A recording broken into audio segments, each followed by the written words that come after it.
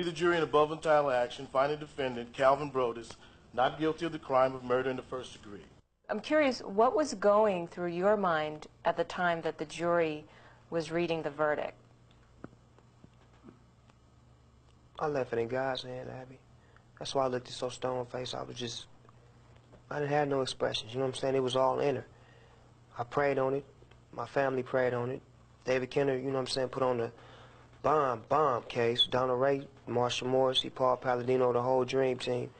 They did what they were supposed to do, and they gave the baton to the jury, and I couldn't do nothing but just bank on them and worry about what the outcome was going to be, as far as to just sit there and hold my position and keep my head up high and just, you know, wait for the outcome. And you know it's a price tag. People like Ed Nissen and Bobby Grace, they eat up defendants that don't have no money, that don't have no stability to fight the case, because they so dirty with what they do. They so undermined, and they find out that victims have guns on them, and they throw that out, the idea, do interviews with you. No, he didn't have a gun. Then come back 2 months later, oh yeah, he had a gun, but he wasn't going for it. Then they come back 4 months, yeah, he was going for a gun, but he was only going for it after McKinley Lee went for it. So that lets you know there's obstruction to the law.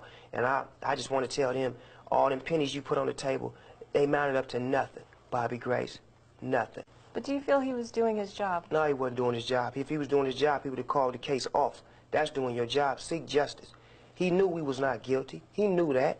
He knew McKinley Lee acted in self-defense. McKinley Lee has never, ever, ever, ever been involved with gangs. I have.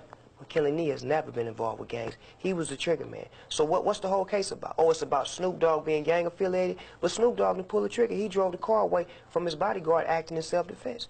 But if you look at them, they don't care about that. It's Snoop Dogg. We some low-life district attorneys that don't have no name, that don't got nothing going for ourselves. If we wash him up, we large. We bigger than Chris Darden and Marsh and Clark and all them. We gonna be large. That's what his whole mission was about. He wasn't focused on the case. All he was focused on was washing me up. I remember when we talked to Malik, or McKinley Lee, he had mentioned that this case was really more so about him, and that the actions that he took in his job. How do you feel that the action that he did take to protect your life resulted in the death of another young man?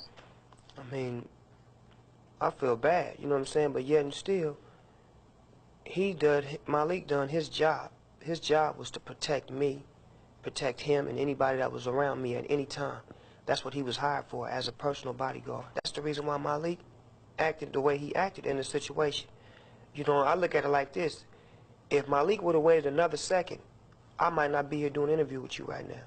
If he would have waited another half a second, I might have a hole in my head. He might have a hole in his head. He might have a hole in his arm. You never know.